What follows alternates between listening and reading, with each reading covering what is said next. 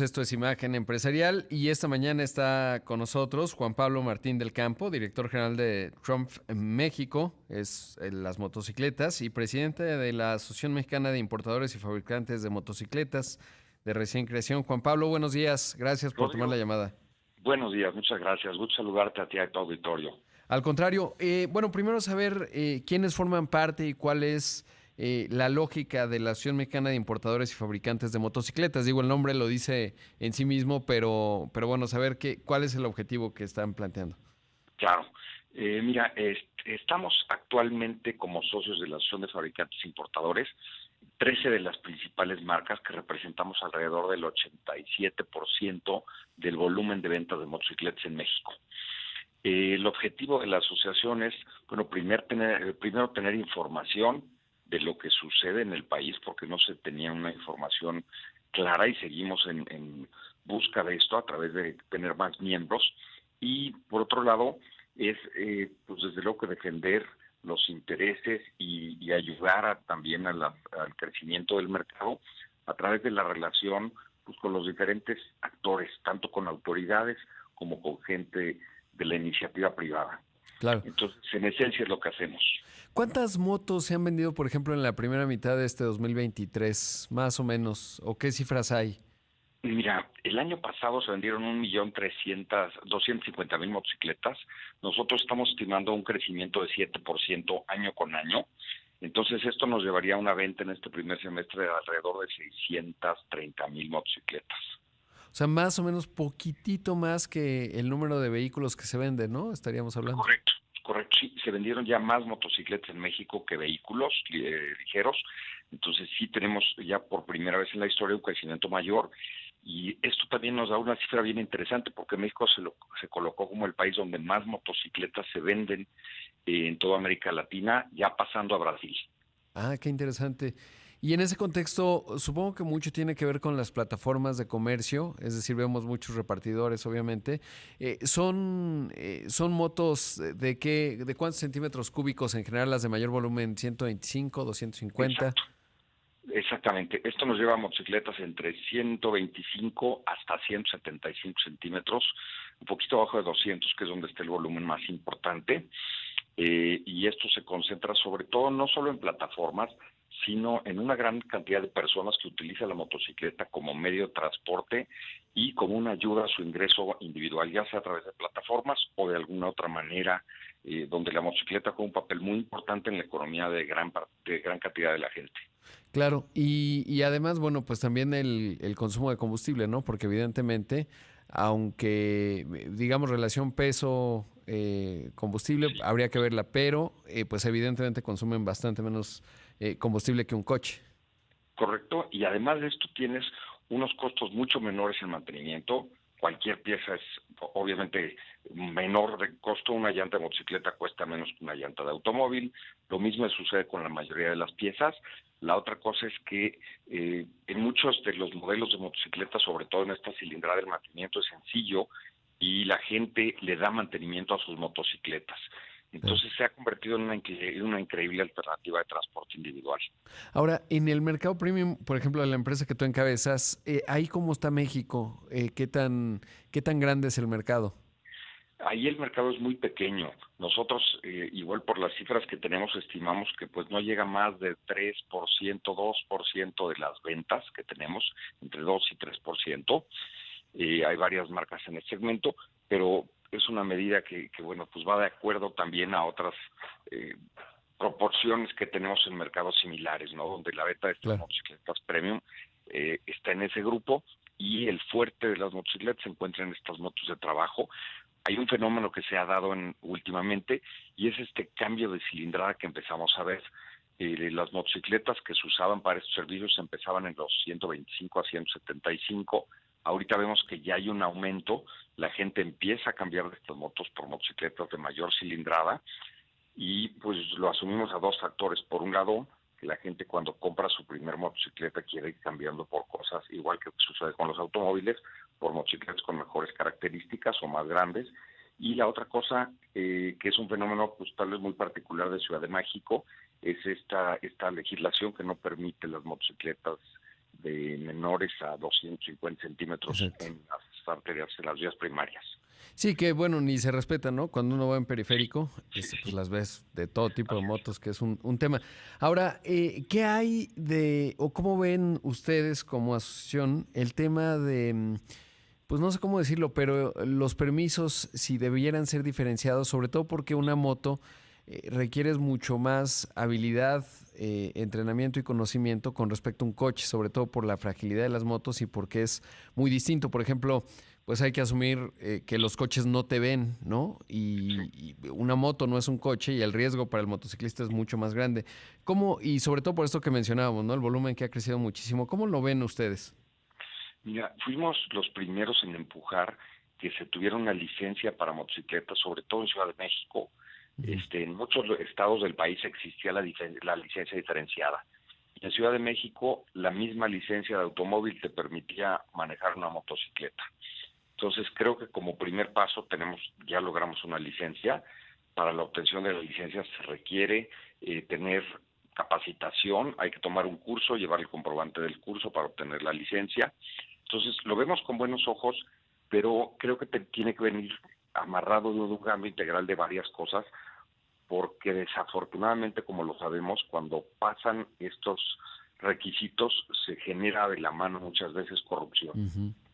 Entonces, sí nos interesa que exista y a nosotros es a los que más nos importa la seguridad de cada uno de nuestros usuarios, de los motociclistas en general, pero tenemos que hacerlo de alguna manera con las autoridades para que esto se pueda dar de la mejor manera, realmente tener gente preparada y no estar generando pues puntos que pudieran dar corrupción, ¿no? Entonces hay que encontrar esa combinación que creo que pues en algunas cosas se ha podido lograr y estamos desde luego que a la hora que haces esto y diferencias por potencia de la motocicleta las licencias que das, es a lo que beneficia en términos generales al mercado y a la seguridad. Claro, y es que como bien mencionas, por ejemplo, yo conduzco moto, supongo obviamente que tú también, pero de repente hay como ciertas áreas, ¿no? Y hacen, digamos, dispositivos y detienen a todos, cosa que en un vehículo no lo hacen, ¿no? Y entonces esto pues se presta mucha extorsión por lo mismo que decíamos, pero bueno, uno también entiende, como automovilista, pues uno ve a algunos que están manejando y pues realmente son un peligro para sí mismos, obviamente, y para los demás, porque no hay mucha habilidad, pero tiene que ver con esto que mencionas. Juan Pablo, me gustaría también entrar al tema de pues, lo que está ocurriendo en las aduanas, que la semana pasada veíamos este asunto que afecta no solo al sector automotriz, también al tema de las motocicletas, pero debo hacer un corte y seguimos conversando un poco más, si me permites la bondad de tu tiempo, Con sobre todo todo un gusto. tema pues que es importante pues para ustedes, para las motocicletas, y ahí saber, y si quieres regresando al corte, me cuentas cuántas se producen en México, cuántas se importan y sobre todo cuál es pues ahí la dinámica en términos de estos volúmenes, qué está pasando con las aduanas y también, por supuesto, cuáles son los elementos que afectan o no en cuanto al tipo de cambio, porque evidentemente pues el poder adquisitivo del peso es más fuerte, teóricamente se tendrían que importar más motos, pero no sé si eso se está trasladando y cuál es la dinámica de la industria. Entonces, esto es Imagen Empresarial. Esta mañana está con nosotros en entrevista Juan Pablo Martín del Campo, director general de Trump México y presidente de la Asociación Mexicana de Importadores y Fabricantes de Motocicletas. Juan Pablo, y te preguntaba justo, bueno, pues del tema de las aduanas, cuál es la dinámica ahí con ustedes y cuántas motocicletas se importan y se producen en México. Digamos esos dos aspectos. Perfecto. En México se importan alrededor de 650, 700 mil motocicletas, pero hay que recordar que la parte de la fabricación depende muchísimo también de lo que se importa, porque en muchos casos es lo que se llama CKD o SKD, que son motos armadas, perdón, semiarmadas o Sí. totalmente desarmadas. Esto requiere la importación de todos los componentes. Entonces, hemos enfrentado unos retos logísticos muy importantes en las aduanas. Eh, Tiene que ver por dos caminos básicamente. Uno, el que es la saturación de las propias aduanas, y otro que pues desafortunadamente sí tenemos que decirlo, esta saturación se debe en parte desde nuestro punto de vista a todos los cambios que hemos tenido en la administración de las aduanas. Esto ha generado que se retrasen mucho tanto las cosas de entrada como de salida, y nos genera problemas porque no tenemos el suministro ni de los materiales ni de las motocicletas terminadas en el caso de importación, y en el caso de exportación también presenta problemas. Recordemos que muchos de nuestros asociados tienen aquí sus puntos de distribución más importantes y de producción, perdón, para el mundo. Entonces, pues sí tenemos un reto. Hemos tratado a través de las diferentes asociaciones de agentes aduanales, con entrevistas con las personas directamente en aduana para tratar de solucionarlo, pero sí ha sido una cuestión que no ha encontrado una solución fácil. Hay un crecimiento por parte de la industria automotriz. Esta cuestión de semiconductores, en el caso de nosotros no nos afectó tanto, pero creo que el impacto más fuerte que tuvimos durante pandemia, que se empieza a normalizar, tiene que ver con costos de flete.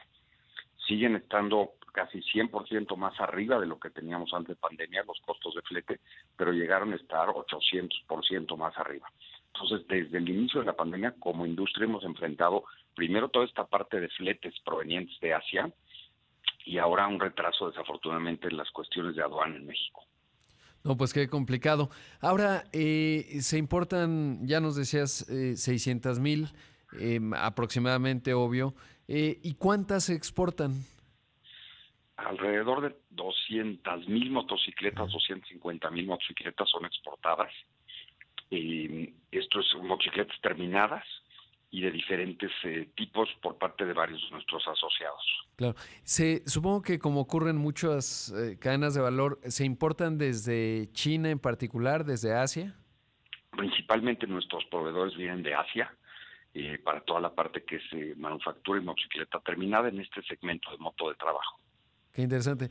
¿Se produce alguna moto premium en México? Bueno, grande, digamos, de arriba de 250.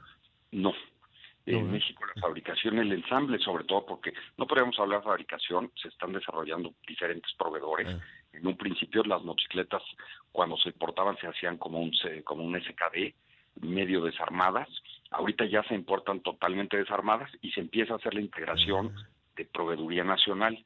Y aquí lo interesante es que mucha gente hemos estado participando con la industria nacional de autopartes, por ejemplo, y platicando con ellos, pues lo verías como muy natural, ¿no? Dices, es muy fácil, y pues si hacen las piezas para automóvil, serían capaces de proveer con la misma calidad que es una internacional que se hace para automóviles, para hacerlo también para motos. Y no es así, porque primero los volúmenes son mucho más pequeños Claro. y hay una variación de modelos enorme en la parte de motocicletas. Entonces, estamos varios de nuestros asociados en desarrollo de proveeduría nacional. Se ha logrado con mucho éxito en muchos casos, y bueno, esperamos ver una motocicleta totalmente mexicana en próximas fechas. Uy, eso va a ser bien interesante porque también marca un camino, pues, eventual para los automóviles, ¿no? Y es que pienso mucho en Corea del Sur y otros países que han comenzado con la manufactura. Yo creo que México en el tema automotriz tiene la densidad, pero bueno, no es sencillo, sobre todo la distribución, lo que requiere servicio, etcétera. Pero en las motos, pues es realmente interesante esto que mencionas. Y saber, además, también clave, pues esto, ¿no? Finalmente los volúmenes son distintos. ¿Y las motos eléctricas son una tendencia? O sea, también está ocurriendo, por ejemplo, en China es muy común, ¿no? Prácticamente está Sí, lleno de motonetas, digamos, o así las conocemos en México, eléctricas. En ese frente, ¿cómo está México? nosotros vemos un futuro hacia la motocicleta eléctrica invariablemente, sobre todo en toda la zona urbana. México estamos muy atrás, y no creo que por las cifras que tenemos se hayan vendido ni siquiera 1,000 motocicletas eléctricas el año pasado como motocicletas, porque hay que aclarar que luego confunden la bici eléctrica o eléctricamente Ajá. asistida con moto. Entonces, si lo clasificamos nada más en esta parte de las motos, ni 1,000 motocicletas de 1,250,000 unidades vendidas. Pero el futuro tiene que ir hacia allá, así lo vemos, todos nos estamos moviendo hacia la electrificación en la movilidad, y aquí hay que encontrar alguna solución adecuada. Hoy por hoy creo que la solución por la que yo apostaría serían, por un lado, la tecnología hidrógeno que se está desarrollando en conjunción de las marcas japonesas, traen un proyecto en conjunto, y hay otro desarrollo que ya está funcionando en muchos países con éxito, que es el reemplazo de la batería. Esto es una solución increíble porque, Claro. bueno, una batería se reemplaza en cuestión de, si acaso, un minuto, en lo que haces el reemplazo de una batería por otra. Y aquí el reto, yo creo que, bueno, es tenemos que miniaturizar los componentes para Sí, poderlos colocar en una moto, a diferencia de un automóvil. claro. Y por esto el reemplazo de la batería es el camino más viable en la parte que tiene que ver con motocicletas urbanas. Qué interesante está ese concepto, sobre todo porque necesitarías estandarizar las baterías de todos los jugadores, uno. Sí, Dos, establecer cómo se pondera la edad de una batería, ¿no? Porque evidentemente hay un desgaste significativo, no es lo mismo una de 2 meses que de 2 años, y entonces sería interesante observar cómo se prorratea se amortiza, digamos, o se computa ese desgaste que pueda tener para que sea indiferente para las motocicletas, pero está bien interesante. Ya por último, saber, Juan Pablo, ¿hay algún país que sea un buen modelo de la motocicleta como movilidad? Pienso, por ejemplo, en China y en Asia, pues se mueven mucho en motos. Se ve muy caótico de repente, pero supongo que eso también tiene eficiencias. En China, por ejemplo, pues las eléctricas se cruzan en los pasos de cebra, o sea, como que tienen otras libertades casi como si fueran bicis, pero son motos. sí, sí hay un reto en esta parte de movilidad. Lo vemos en muchos países, pero por otro lado ha sido una increíble solución. Y Sí, esta solución la vemos muy clara en lugares como Hong Kong, por ejemplo, Tailandia, donde el número de motocicletas per cápita alcanza casi el 29%, 30%, y en Sudamérica tenemos casos también claros, ¿no? En Colombia tenemos una cantidad de motocicletas importantísima en relación a la población otra vez, y es como nosotros lo estamos viendo, un futuro con una movilidad como cada quien la desee y de acuerdo a las condiciones también geográficas de cada lugar. No es lo mismo transportarnos en una ciudad con unos cuantos kilómetros cuadrados sin cambios orográficos a estar en una ciudad como la Ciudad de México, donde los cambios en altura son increíbles entre un lugar y otro y las distancias son muy largas. claro. Entonces sí son diferentes retos que presenta cada uno, pero hay países y hay lugares donde se ha hecho con éxito y vemos que México debe de caminar hacia allá y las cifras lo han dicho. El mercado ha estado creciendo a doble dígito en los últimos 4 o 5 años. Sí, es realmente interesante y lo vemos obviamente en las calles. Juan Pablo, interesante, gracias por la entrevista. Por supuesto, pues siempre muy atentos a las cifras que vayan publicando en la Asociación Mexicana de Importadores y Fabricantes de Motocicletas y sobre todo entender, ya ni te digo el tema del dólar porque pues prácticamente me contestaste en términos de que esta fortaleza del peso, pues quizás erosiona con los eh, costos adicionales que hay en aduanas, en la importación, en la exportación y la complejidad, ¿no? Supongo yo. Correcto, correcto, exactamente, funciona exactamente de la misma manera, tiene algunas ventajas, pero también representa muchas desventajas para la industria que está empezando a desarrollarse en México en los últimos años. Gracias, Juan Pablo. Rodrigo, muchas gracias, gusto saludarte a ti y a todo tu auditorio. Qué gusto. Ahí escuchamos a Juan Pablo Martín del Campo, director general de Trump México y presidente de la Asociación Mexicana de Importadores y Fabricantes de Motocicletas.